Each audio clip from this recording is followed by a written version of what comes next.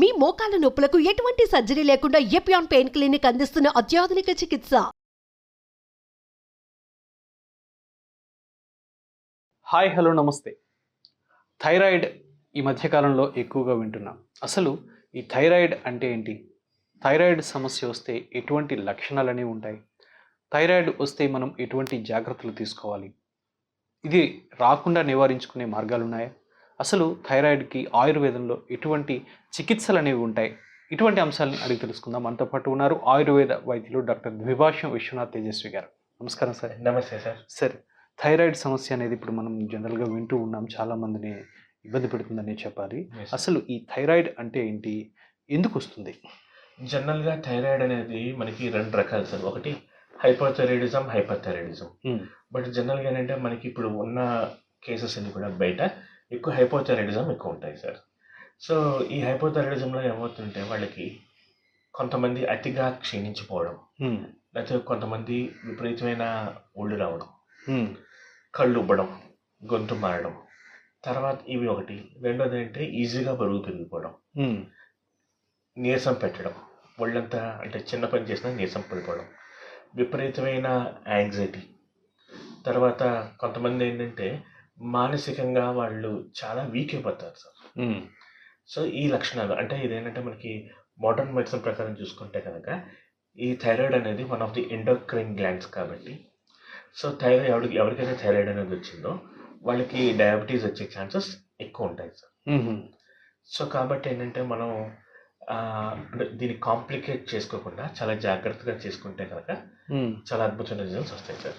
జనరల్గా ఈ థైరాయిడ్ వచ్చిన వాళ్ళు చాలా అంటే కాంప్లెక్స్ బిహేవియర్ అనేది ఉంటుంది సార్ వాళ్ళకి. అంటే వాళ్ళ మీద వాళ్ళకి విశ్వాసం కోల్పోయి, అంటే కాన్ఫిడెన్స్ లెవెల్స్ తగ్గిపోతూ ఉంటాయి. And most of the people వాళ్ళు ఏంటంటే ఇంకా ఇలా వచ్చింది కాబట్టి ఇంకా థైరాయిడ్ వచ్చేసింది, మాకు కీళ్ళవాతం వచ్చేస్తుంది అంటే అఫ్కోర్స్ దీని ఇంపాక్ట్ ఉంటుంది. బట్ దీని ద్వారా పేషెంట్లో భయం ఎక్కువ ఉంటుంది. ఆ భయం ద్వారా వాడు ఏంటంటే సైకోసోమాటిక్ డిజార్డర్స్ అనేవి డెవలప్ అయిపోతాయి సార్. సో కాబట్టి మనం ఈ థైరాయిడ్ మేనేజ్మెంట్ అనేది చాలా అద్భుతమైంది సార్. యాక్చువల్గా చెప్పంటే ఇది కనుక కరెక్ట్గా ఫాలో అయితే ఫ్యూచర్లో ఎలాంటి డిసీజ్ కూడా రాకుండా మనం ప్రొటెక్ట్ చేసుకోవచ్చు. ఏంటి సార్ మేనేజ్మెంట్ ఏంటి, ఎలా మనం జాగ్రత్తలు తీసుకోవాలి? మేనేజ్మెంట్ అంటే మనకి థైరాయిడ్ డెఫిషియన్సీ వల్ల యాక్చువల్గా మనకు వస్తుంది సార్. అంటే ఆహార పోషకాలు సరిగ్గా తీసుకోవాలి. సో ఏంటంటే చాలా మంది నా దగ్గరకు వచ్చే పేషెంట్స్ ఇప్పుడు థైరాయిడ్ వచ్చేసింది డాక్టర్ గారు అని చెప్పి వాళ్ళకి ఏదో లైఫ్లో హోప్ అది కూడా తగ్గిపోయినట్టుగా మాట్లాడుతూ ఉంటారు. ఇంక ఇది వచ్చేసింది, ఇది వచ్చిన తర్వాత కీళ్ళవాతం వచ్చేస్తుంది, యాంగ్జైటీ, డిప్రెషన్ అవన్నీ వచ్చేస్తాయని చెప్తారు. బట్ ఇక్కడ ఏంటంటే ఇది ఒక ఆపర్చునిటీ కింద వాడుకోవాలి సార్ అందరూ కూడా. ఓకే. అంటే దీనివల్ల ఏంటంటే అంటే విపరీతమైన లైఫ్ థ్రెట్ ఉన్నవేవి కూడా రావు సార్. సో కాబట్టి ఏంటంటే మనం ఒకటే చేయాల్సింది ఏంటంటే మన జీవన శైలి మార్చుకోవాలి. ఓకే. ఉదయాన్నే లేవటం, ఒక గ్లాసు గోరువెచ్చని నీళ్ళు, వాము, దాల్చిన చెక్క, కొంచెం జీలకర్ర వేసి ఉదయం పూట తాగడం, రాగి జావా బాగా తాగడం, ఆకుకూరలు, తర్వాత మనకి కాయగూరలు, ఇవన్నీ బ్యాలెన్స్డ్గా తినాలి సార్. అంటే ఈ ప్రాబ్లం వచ్చేసింది కదండి, అతిగా ఏది తినకూడదు. ఓకే. బ్యాలెన్స్డ్గా తినాలి.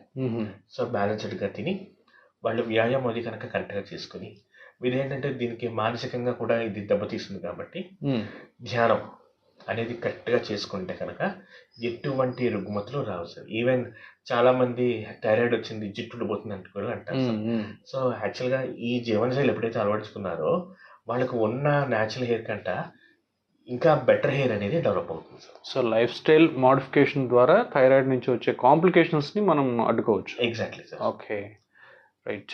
ఇప్పుడు అంటే ఆల్రెడీ ఉన్న వాళ్ళు ఇప్పుడు తీసుకోవాల్సిన జాగ్రత్తలు ఇప్పుడు చెప్పారు. సో రాకుండా ఉండాలంటే ఏమైనా మార్గాలు ఉన్నాయా? రాకుండా ఉండాలంటే ఒకటే సార్, వాళ్ళకి ఏంటంటే ఈ రోజుల్లో చిన్నపిల్లల్లో ఊబకాయం అనేది చాలా ఎక్కువైపోయింది సార్. చిన్నపిల్లల్లోనే కాదు పెద్దవాళ్ళలో కూడా ఊబకాయం కొంచెం ఎక్కువగా ఉంది. సో ఏంటంటే మనకి ఏది కూడా ఆల్వేస్ మనం అన్నట్టుగా prevention is better than cure అంటారు. అవును. సో అలాగేనంటే మనకి ఎంత ఆహారం మనం తీసుకుంటున్నాం, రోజు ఏ విధమైన ఆహారం తీసుకుంటున్నాం, దీంట్లో మనకి పోషకాహారాలు ఎంత ఉన్నాయి. సో ఇప్పుడు ప్రతి వాళ్ళు కూడా అంటే ప్రోటీన్ పౌడర్ తీసుకోండి, ఇలా తీసుకోండి అంటున్నారు సార్. బట్ ప్రోటీన్ అనేది ఎంత ఇంపార్టెంట్, ఫైబర్ అనేది కూడా ఎంత ఇంపార్టెంట్. ఓకే.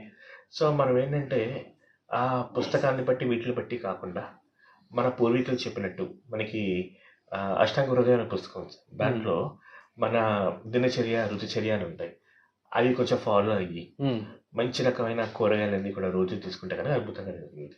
అయితే ఇప్పుడు నేను మీకు ఒక చిన్న చిట్కా చూపిస్తాను సార్.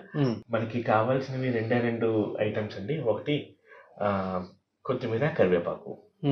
సో ఈ కొత్తిమీర, కరివేపాకుని చాలా మంది తెలియకుండా ఏంటంటే రోజు ఉదయాన్నే రసం తీసుకుని తాగమంటారు. బట్ ఈ 2 ద్రవ్యాలు రసం తీసుకుని తాగితే కనుక కొంతమందిలో గ్యాస్ సమస్య కూడా ఎక్కువ అవుతుంది సార్. సో కాబట్టి ఏంటంటే మేము అబ్జర్వ్ చేసింది మోస్ట్ ఆఫ్ ది పేషెంట్స్లో ఇది డైరెక్ట్గా తాగడం కంట డైరెక్ట్గా తింటే దీని ఔషధ విలువలు అవి కూడా పోకుండా అండ్ చాలా అద్భుతంగా బాడీ అబ్జర్వ్ చేసుకుని రిజల్ట్స్ అనేవి ఫాస్ట్గా వస్తాయి సార్. అంటే రా తీసుకోమంటారు. రా సార్, ఈ రా తీసుకున్నప్పుడు లేకపోతే మజ్జిగలో అయినా తాగొచ్చు, కూరల్లో కూడా వాడుకోవాలి. ఇదేంటంటే డైరెక్ట్గా ఎండోక్రైన్ సిస్టమ్ మీద ఇవి అద్భుతంగా పనిచేస్తాయి సార్. సో కాబట్టి అంటే సపోజ్ మనకి కొంతమందికి ఏంటంటే ప్రీ థైరాయిడ్ అని చెప్పి అంటాను సార్. ప్రీ థైరాయిడ్ అంటే వాళ్ళకి దగ్గరలో ఉంటారు. సో దగ్గరలో ఉన్నప్పుడు ఏంటంటే అంటే థైరాయిడ్ వచ్చేయడానికి ఎక్కువ స్కోప్ ఉన్నప్పుడు వాళ్ళు ఇలాంటివి కనుక టిప్స్ కనుక ఫాలో అయితే ఇవి 2 కూడా రోజు ఈ మాత్రం మోతాదులో ఉదయం సాయంత్రం కూడా తీసుకుంటే కనుక వాళ్ళకి అద్భుతమైన గుణాలు కనిపిస్తాయి సార్. సో చాలా మందికి ఏంటంటే ఇన్ కేస్ వాళ్ళు రాగా కనుక తినడానికి ఇబ్బంది పడితే కనుక శుభ్రంగా మనకి ఈ రోజుల్లో మజ్జిగ అనేది ఒక అమృతం లాంటిది సార్. 1 లీటర్ మజ్జిగలో ఏ మాత్రం క్వాంటిటీ వేసుకుని శుభ్రంగా తాగిస్తే కనుక వాళ్ళకి అద్భుతమైన గుణాలు కనిపిస్తాయి. దీంతో పాటు ఇంకో అడ్వాంటేజ్ ఏంటంటే ఇది కెరటిన్ కూడా వీటిలో బాగుంటుంది సార్. సో ఎవరికైతే కనుక తొందరగా జుట్టు రాలిపోవడం కానీ జుట్టు తెల్లబడిపోవడం కానీ ఏవైతే ఉంటుందో ఆ సమస్యలు కూడా తగ్గిపోతాయి. చర్మం అనేది మంచి కాంతివంతంగా తయారవుతుంది. సో దీనివల్ల అంటే మనకి అలోపతిక్ మందుల్లో సైడ్ ఎఫెక్ట్స్ ఎలా ఉంటాయో వీటి ద్వారా సైడ్ అడ్వాంటేజెస్ ఉంటాయి సార్. Advantages, okay. సో దీన్ని అందరూ కూడా వాడుకుని దీని బెనిఫిట్ 100% పొందాలని మేము అనుకుంటున్నాం సార్. Right sir. థైరాయిడ్ ప్రాబ్లంతో ఉన్నవారు కొన్ని రకాల ఆహార పదార్థాలకి దూరంగా ఉండాలంటారు. నిజమేనా? ఏ రకాల ఆహార పదార్థాలు అంటే క్యాబేజ్, కాలీఫ్లవర్, క్యాప్సికమ్, సోయా ఇలాంటి పదార్థాలకు సంబంధించి తక్కువ తీసుకోవాలి సార్. పాలకూర కూడా కొంచెం తక్కువ తీసుకుంటే కనుక మంచిది సార్. అంటే ఇది ఏంటంటే ఒక్కొక్క బాడీ నేచర్కి ఒక్కొక్కలా ఉంటుంది సార్. ఓకే. సో కాబట్టి ఏంటంటే మనం జనరల్గా వీటి ద్వారా కొంచెం గ్యాస్ అది ఎక్కువ ఉత్పత్తి అవుతూ ఉంటుంది. సో రెండోది ఏంటంటే ఇవి థైరాయిడ్ ఆర్గాన్ని వీకెన్ చేస్తున్నాయి సార్. ఓకే. థైరాయిడ్ గ్రంథిని కొంచెం వీకెన్ చేస్తాయి. కాబట్టి ఏంటంటే మనం అలాంటి దాన్ని మనం ఎంత తక్కువ తీసుకుంటే అంత మంచిది సార్. ఓకే. ఈ జాగ్రత్త కనుక ఖచ్చితంగా ఫాలో అయితే అంటే ఈ రోజుల్లో ఏంటంటే చాలా మంది మా దగ్గరికి వచ్చే పేషెంట్స్ పిల్లల్ని తీసుకొచ్చి డాక్టర్ గారు మా అబ్బాయి లావ్ అయిపోతున్నాడు, థైరాయిడ్ టెస్ట్ చేయించానా, లేకపోతే మా అమ్మాయికి జుట్టు ఊడిపోతుంది కొంచెం థైరాయిడ్ టెస్ట్ చేయించాను అంటారు. సో ఎవరికైనా సరే ఇలాంటి డౌట్స్ కనుకుంటే ఫస్ట్ మీరు ఇలాంటివి ట్రై చేయండి. ట్రై చేసిన తర్వాత గుణం కనుక అంతగా రాకపోతే అప్పుడు మనం టెస్ట్లకి వెళ్ళచ్చు సార్. బట్ చిన్నపిల్లలు కాబట్టి వాళ్ళకి ఏంటంటే ఖచ్చితంగా ఈ రోజుల్లో పేరెంట్స్ పిల్లల మీద శ్రద్ధ సరిగ్గా చూపించట్లేదు కాబట్టి ఖచ్చితంగా చేయాలి సార్. రైట్. సో థైరాయిడ్కి సంబంధించి చాలా చక్కని ఇన్ఫర్మేషన్ చాలా చక్కగా వివరించారు సార్. Thank you. నమస్తే.